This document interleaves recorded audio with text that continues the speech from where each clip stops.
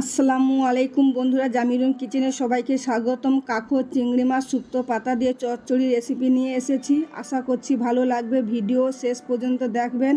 যদি ভালো লাগে লাইক, সাবস্ক্রাইব, শেয়ার করবেন। পাশে থাকা বেল আইকন ঘন্টা বাজিয়ে দিবেন। কাঁকড় চিংড়ি মাছ চচ্চড়ি করার জন্য আমি কাঁকড়কে কুচিয়ে ধুয়ে নেব, চিংড়ি মাছকেও বেছে ধুয়ে নেব। কাঁকড়কে কেটে নেব।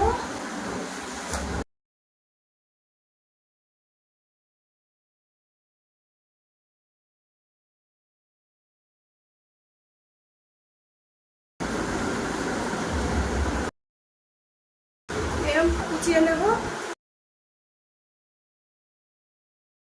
সবজিকে খুব সুন্দরভাবে কেটে নিয়েছি, আবার ধুয়ে নেব।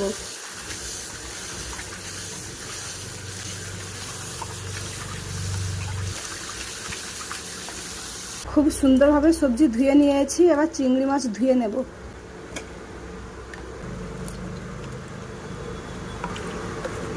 চিংড়ি মাছকে খুব সুন্দরভাবে ধুয়ে নিয়েছি, এবার রান্না করতে যাব। রান্নার জন্য কড়াটা বসিয়ে দিয়েছি। রান্নার জন্য তেল দেব, লবণ দেব, হলুদ দেব, চিংড়ি মাছগুলো ভেজে নেব।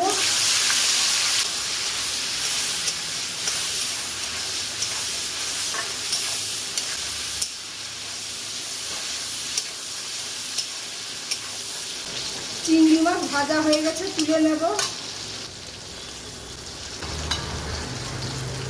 রান্নার জন্য শুক্তো পাতা দেব। শুক্তো পাতা দিলে ভালো লাগবে, যার না পছন্দ নেই দিবে। পেঁয়াজ কুচি দেব, কিছুক্ষণ ভেজে নেব। বেশ কিছুক্ষণ ধরে ভেজে নিয়েছি, এবার আদা রসুন বাটা দেব, লঙ্কা গুঁড়ো, হলুদ গুঁড়ো, অল্প জল দিয়ে মশলাকে কষে নেব।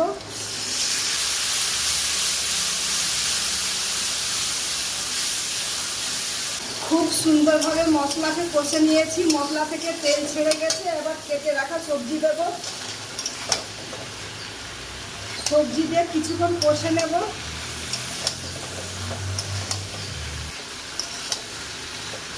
বেশ কিছুক্ষণ সবজিকে কষে নিয়েছি, এবার ঢেকে দেব, কেন সবজি তো জ্বলবে, তাই ঢেকে দেব। মাঝে ঢাকনা খুলে কষে নেব।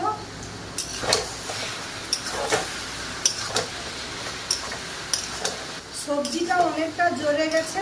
ধনিয়া বাটা দেব, জিরা বাটা দেব, লবণ দেব, কিছুক্ষণ কষে নেব।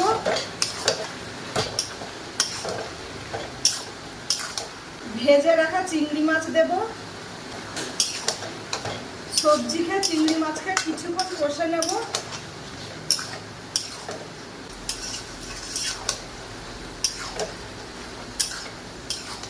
বেশ কিছুক্ষণ ধরে সবজিকে কষে নিয়েছি, আবার জল দিয়ে ঢেকে দেব। এই কাঁকরোল সবজিতে বেশি জল দিলে ভালো হবে না, অল্প জল দেব, কেন কাঁকরোলের তো জল বাড়ায়। এবার ঢেকে দেব। আবারও মাঝে ঢাকনা খুলে কিছুক্ষণ কষে নেব, কেন নিচে বসে যাবে, তাই জন্য আরো একবার ভালো করে কষে নিচ্ছি। আপনাদের টাইম অনেক মূল্যবান জিনিস, আপনারা সেই টাইমটা ছেড়ে ভিডিওগুলো দেখেন। আপনাদেরকে অসংখ্য ধন্যবাদ। নতুন বন্ধু হলে পাশে থাকবেন। চিংড়ি মাছ কুমড়োর তরকারি কেমন হয়েছে কমেন্টে জানাবেন। আশা করছি খুব ভালো লাগবে।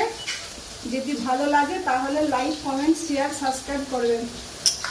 খুব সুন্দর চচ্চড়ি হয়ে গেছে, এবার ঢেলে দেখাচ্ছি।